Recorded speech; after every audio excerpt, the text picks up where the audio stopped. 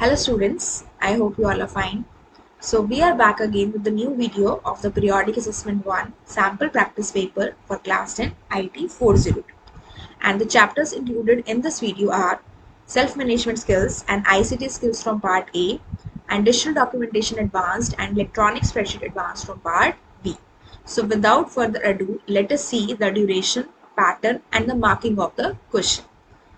So here we are having the paper. Let us see the general instructions first. The first instruction is the question paper consists of the 15 questions, which is divided into part A and part B. Part A is employability skills and part B is subject specific skills. Part A is of 6 marks and part B is of 14 marks. So total we have this paper of 20 marks and the duration of this paper is 1 hour. And do as per the instruction given in the parts, and marks allotted are mentioned against each part. And when the students attempt the paper, they should attempt all the questions in a particular order. Like part A के जो questions है वो एक order में sequence में करें, then जो part B के question answers है that should be done in a particular sequence.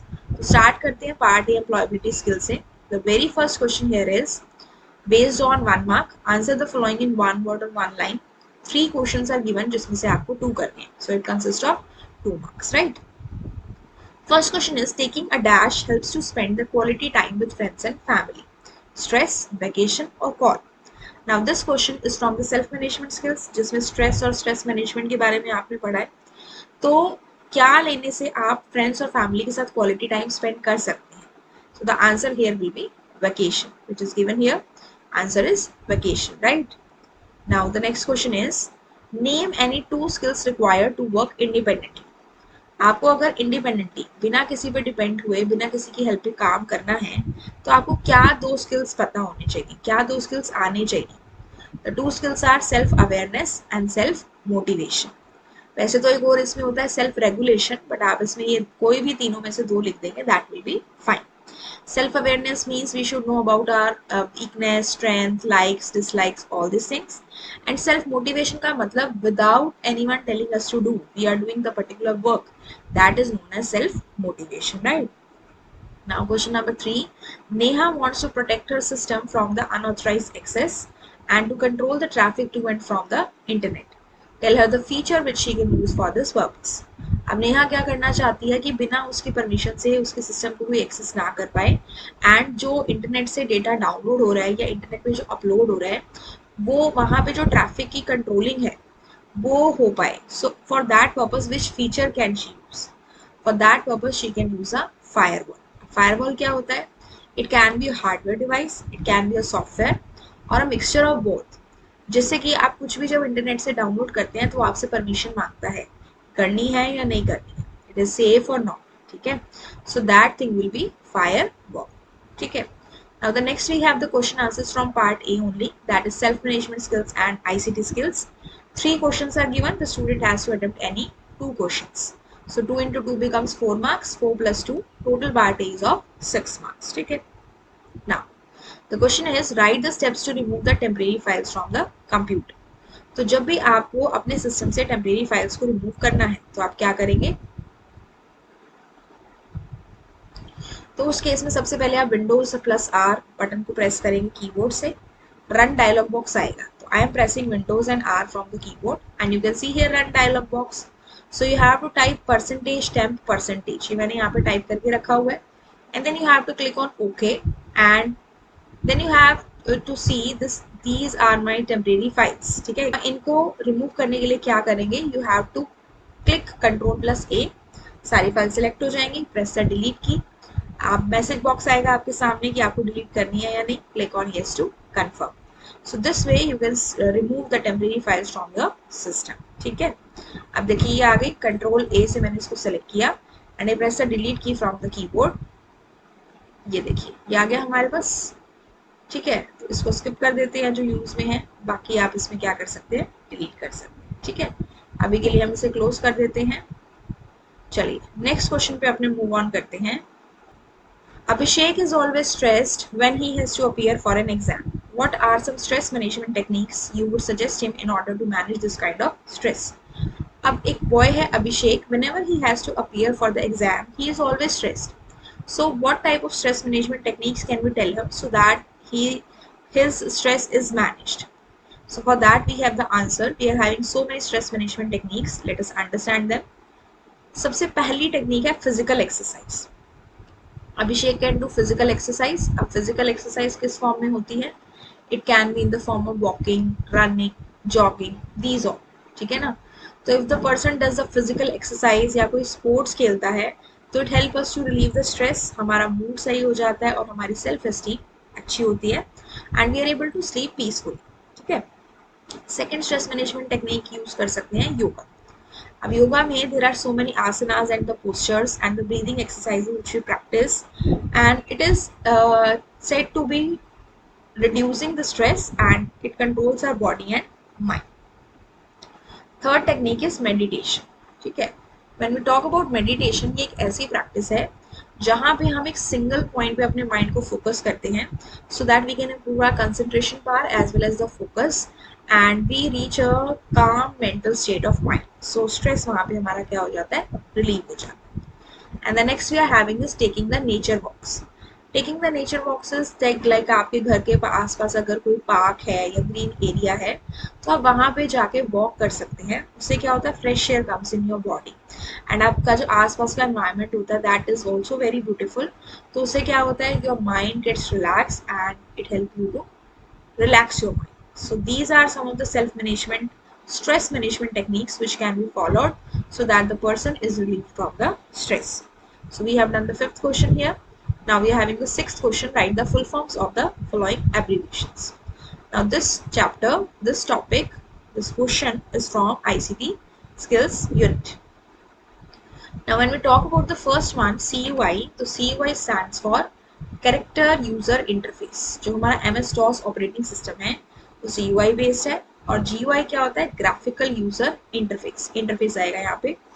जो आपका विंडोज है या बाकी के जो भी ऑपरेटिंग सिस्टम है वो आपके ग्राफिक्स पे बेस्ड है. यानी कि उनके डेस्कटॉप पे आप पिक्चर्स देखते हैं जिनको देख के आपको पता लग जाता है कि ये पर्टिकुलर ये वाला सॉफ्टवेयर है. लेकिन कैरेक्टर यूजर इंटरफेस में आपकी सारी कम्युनिकेशन किससे होगी? With the help of commands होगी. That is characters. ठीक है. देन हमारे पास नेक्स्ट आता है BOSS. So this is the full form of, this is the abbreviation for Bharat operating system solutions. Bharat operating system solution. Then we have PDA. PDA stands for personal digital assistant. हमारे पास जो भी digital devices हैं, electronic devices हैं जो हमारी help कर रहे हैं हमारे पर्सनल वर्क में, they are only PDAs. Like your smartphone is there, your laptop is there, these all are your PDAs, personal digital assistant. ठीक है. Now we move on to the next part, that is part A हो गया हमारा. Part B पे चलते हैं. Subject specific skills. Okay. Subject specific skills में सबसे पहला क्वेश्चन है, it is of 1 mark to be answered in 1 word और 1 line. You can open goal seek and solver option from dash menu. Data, tools, file. Goal seek और solver option आप कौन से menu में से ओपन करेंगे? Data में से, टूल्स में से या फाइल में से? तो गोल सीक और सॉल्वर ऑप्शन, इसके लिए हम ओपन ऑफिस पे जाते हैं. सो this is my open office. Calc पे ओपन करते हैं क्योंकि गोल सीक और सॉल्वर हमारे किसके टॉपिक हैं? हमारे हैं इलेक्ट्रॉनिक स्प्रेडशीट के टॉपिक. ठीक है. तो ये है टूल्स, इसमें आपके पास गोल सीक है और एक आपका है यहाँ पे सॉल्वर. ठीक है ना. तो ये दोनों आपके कौन से मेन्यू में है students? Tools menu. So the correct answer of this one will be tools menu. Then आपके पास नेक्स्ट क्वेश्चन है,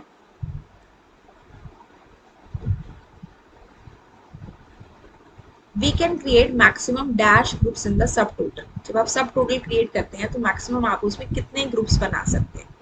यहाँ पे जाते हैं, यहाँ डेटा मेन्यू में you are having the option as subtotals. तो ये जो हमारे पास डायलॉग बॉक्स आ रहा है सब टोटल्स का, इसमें कितने ग्रुप है? First, second and third. तो मैक्सिमम हम कितने ग्रुप्स बना सकते हैं स्टूडेंट्स इसमें? 3 groups. So the answer of this question will be 3. ठीक है ना. So the answer will be 3 groups. ठीक है. The next is a template can be created in Writer by saving a document with the extension dash. आप writer में, open office writer में template जो create करते हैं उस फाइल का एक्सटेंशन क्या देंगे? That will be .odt. लेकिन जब नॉर्मल फाइल सेव होती है तो that is .odt, open document text. और टेम्पलेट के लिए हो गया open template text. ODT title bar में दिखेगा लेकिन टेम्पलेट की एक्सटेंशन आपको टेम्पलेट जब ओपन होगा तभी दिखेगी. ठीक है. The next is write the steps to insert the table of contents. Table of contents मतलब कि क्या? Automatic index created from headings and subheadings. कैसे क्रिएट करना है? सबसे पहले जिस डॉक्यूमेंट में हेडिंग्स और सब हेडिंग्स है उसको ओपन करिए, कर्सर को वहां प्लेस करिए जहां पे टेबल ऑफ कंटेंट्स चाहिए आपको।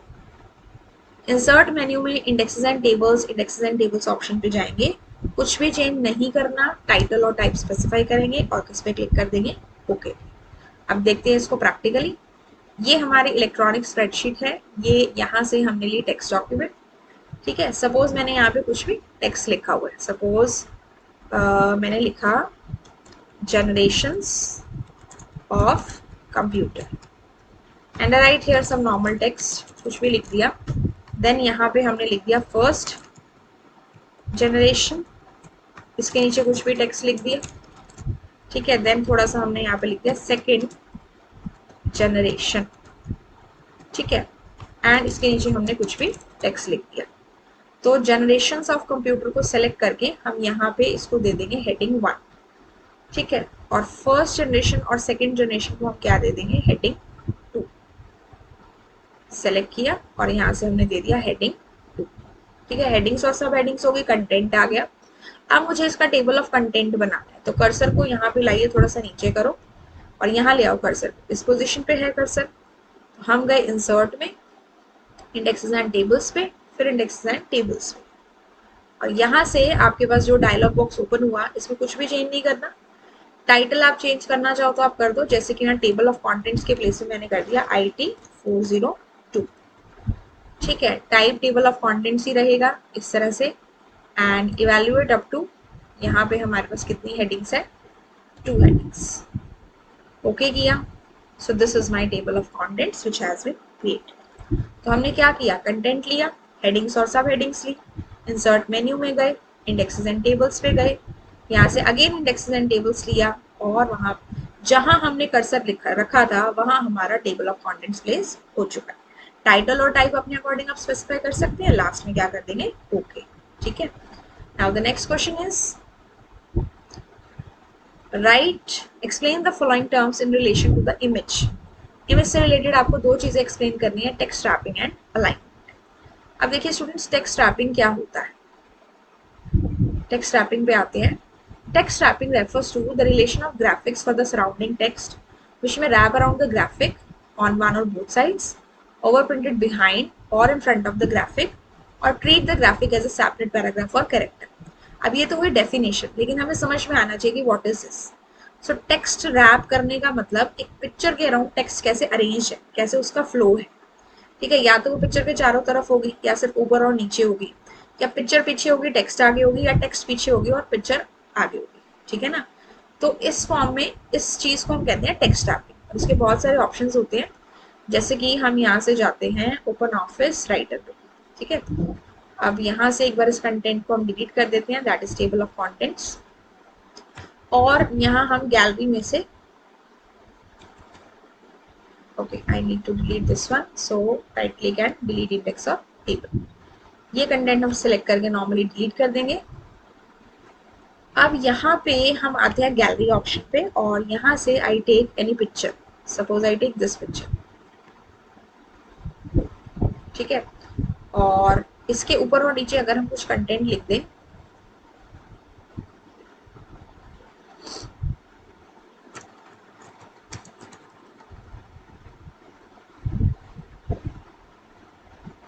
ठीक है।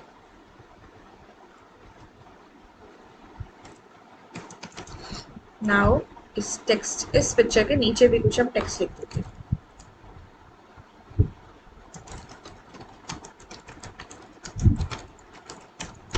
ठीक है। इस तरह से हमने लिख दिया।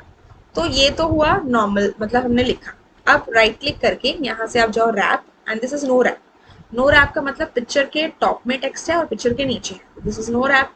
और अगर मैं इसको यहाँ से कर दूँ, सपोज रैप में जाके I make it as page wrap, so what will happen?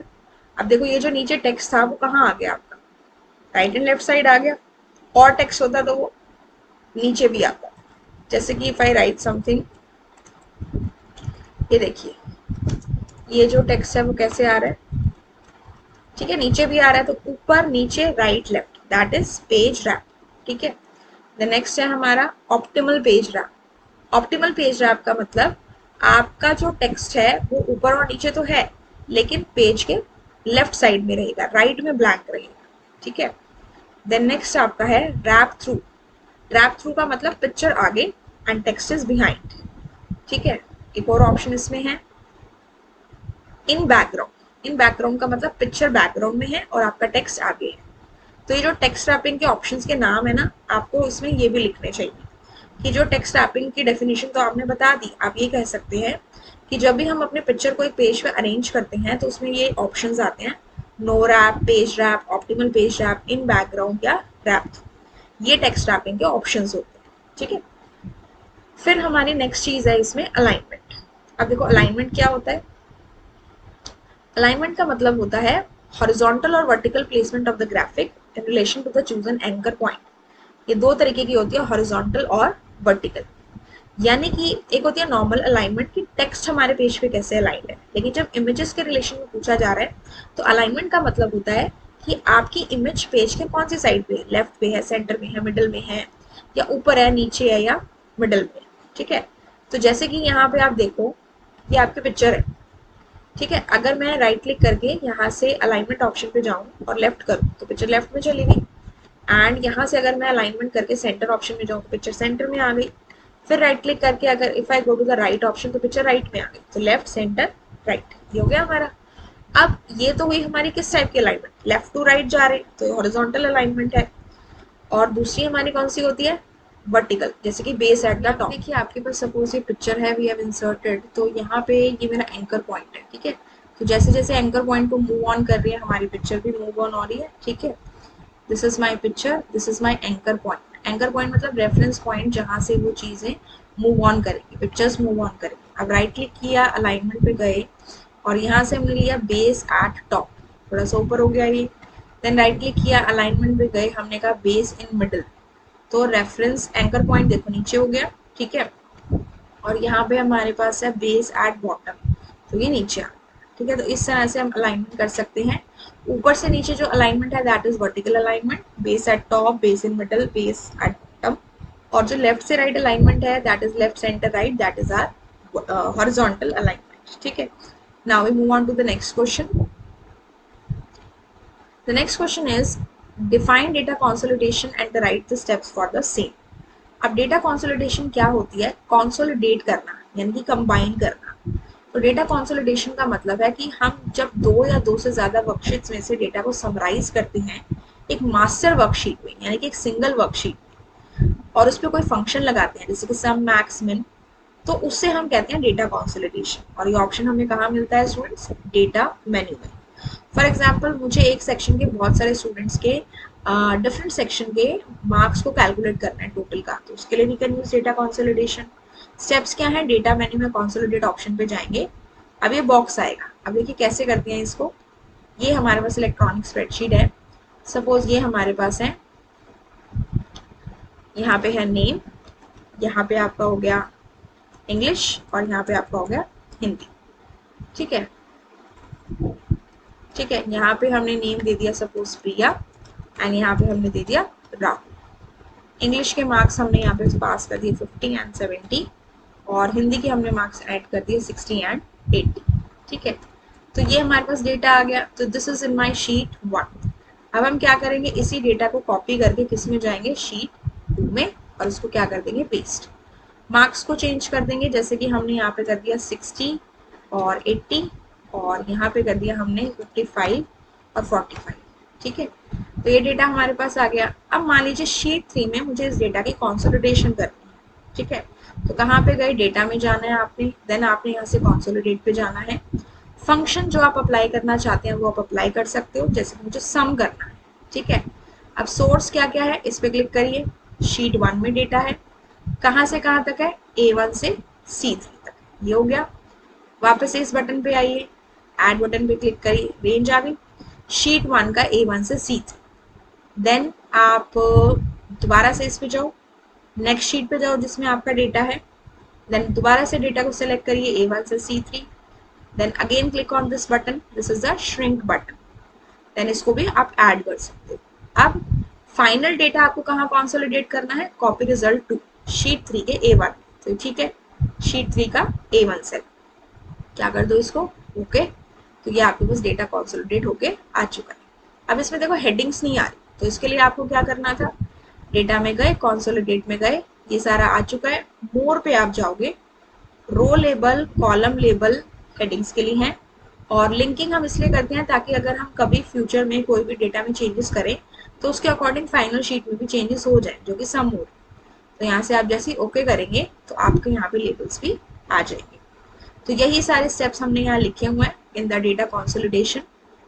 Consolidate dialog box आया, हमने फंक्शन चूज किया, डेटा की रेंज चूज की, एंड देन हमने क्या चूज किया, एडिशनल रेंजेस चूज करके हमने ऐड बटन पे क्लिक किया, कॉपी रिजल्ट्स 2 पे गए, मोर बटन पे गए, और लास्ट में चेक बॉक्सेस जिस पे भी क्लिक करना था किया, और ओके बटन पे क्लिक कर दिया। तो यहाँ पे आप देख सकते हो ये जो हमारा डेटा और कंसोलिडेट ऑप्शन है, इस डायलॉग बॉक्स में फंक्शन भी है, कंसोलिडेशन रेंजेस भी हैं, source data range, copy result 2, और मोर में आपके रो लेबल और कॉलम लेबल है। ठीक है, so I hope this is clear to all of you. Next हम चलते हैं अपने नेक्स्ट क्वेश्चन पे। दीज आर द, ये हमने जो क्वेश्चन किए ये 3 मार्क्स के थे, सॉरी 2 मार्क्स के थे, एंड 4 मार्क्स का हो गया, ये 3 में से 2 करने थे। नेक्स्ट जो है वो आपके 3 क्वेश्चन है, उसमें से आपको 2 करने हैं, but each question carries 4 marks, तो 8 मार्क्स का ये हो गया। Now the question is write the steps to perform the mail merge. Mail merge करना है, तो मेल मर्ज करने के लिए सबसे पहले आपको क्या करना है, मेल मर्ज का क्या मतलब है कि हम एक डॉक्यूमेंट को बहुत सारे लोगों को भेज सकते हैं मेल मर्ज की फीचर से सेम टाइम पे, और बार बार डॉक्यूमेंट को क्रिएट भी नहीं करना पड़ता, दैट इज मेल मर्ज। तो इसके लिए हम सबसे पहले क्या करेंगे, एक डॉक्यूमेंट बनाएंगे, जैसे कि यही डॉक्यूमेंट है, पिक्चर को डिलीट कर दिया, ये हमें सेंड करनी है। तो आप यहाँ से कौन से मेन्यू में जाओगे,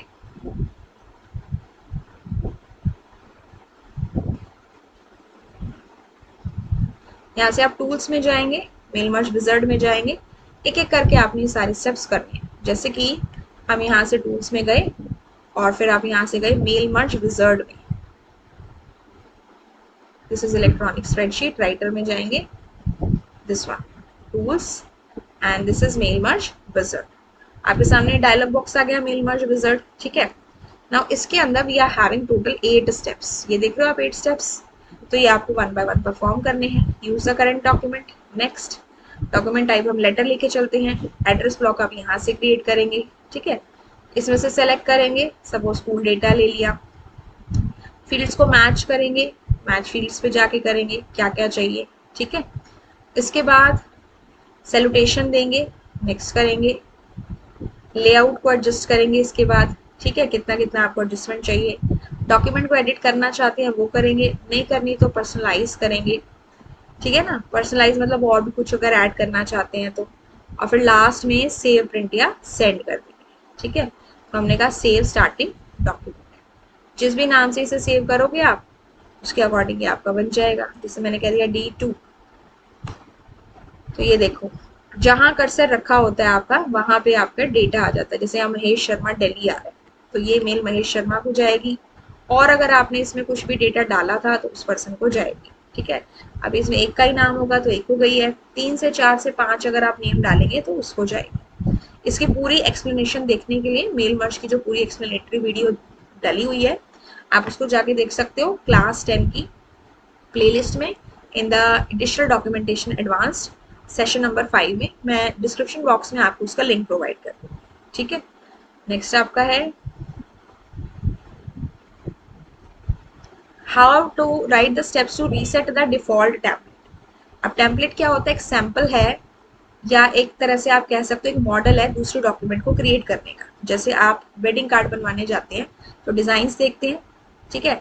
अब जो डिजाइन आपने चूज किया उसके अंदर सिर्फ कंटेंट चेंज होता है, बाकी सारा डिजाइनिंग वही रहती है। तो ऐसे ही हम जब टेम्पलेट को बना लेते हैं डिफॉल्ट, तो उसको वापस से नॉर्मल कैसे करते हैं, यानी कि नेक्स्ट नॉर्मल पेज कैसे लाएं उसको, तो रीसेट करना पड़ेगा। तो कैसे करेंगे, यहाँ से हम जाएंगे ओपन ऑफिस राइटर पे, राइटर पे जाने के लिए, जाने के बाद आपको पहले उसे रीसेट भी करना पड़ेगा, पहले तो डिफॉल्ट बनाना पड़ेगा। तो जैसे हमने पढ़ा था कि जैसे मान लो सैम्पल क्वेश्चन पेपर बनाना है तो उसमें क्या लिखेंगे, यहाँ पे हमारा आता है XYZ पब्लिक स्कूल, ठीक है। नीचे हमने क्लास दे दी, ब्लैंक दे दिया, और यहाँ पे हमने दे दिया सेक्शन, ठीक है। मान लीजिए मुझे इसको डिफॉल्ट टेम्पलेट बनाना है, तो what I am going to do,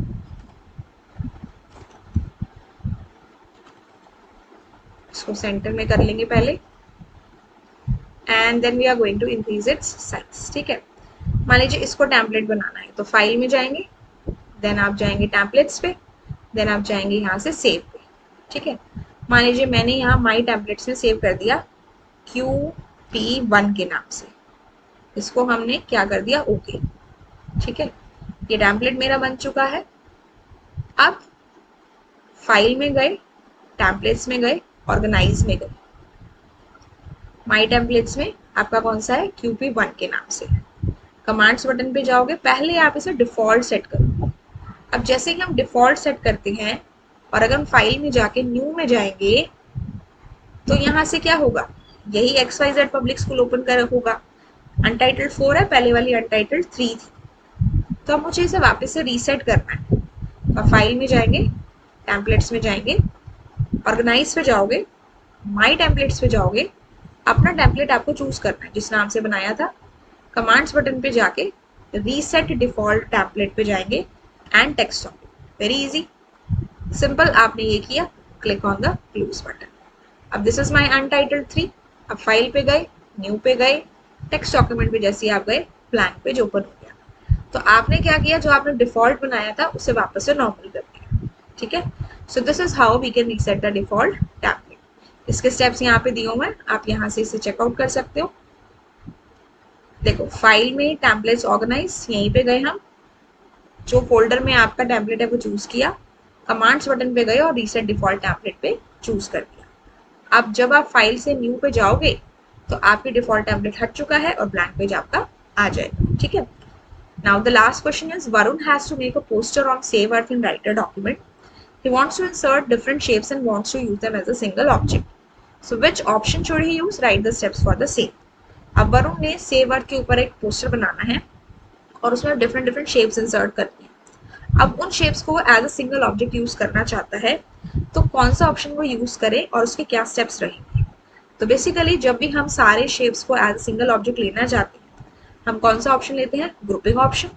और इसके लिए हम सबको सेलेक्ट करने के लिए प्रेस करते हैं शिफ्ट। अब देखो इसके लिए हम आते हैं अपने राइटर पे, जैसे कि ये है, इसको हमने यहाँ से एक बार के लिए हटा दिया। अब ड्राइंग टूल बार लेंगे, कहाँ से आएगा, व्यू, टूल बार्स, और यहाँ से ले लिया ड्राइंग, नीचे आ गया। अलग अलग शेप्स ले लिया आपने यहाँ से,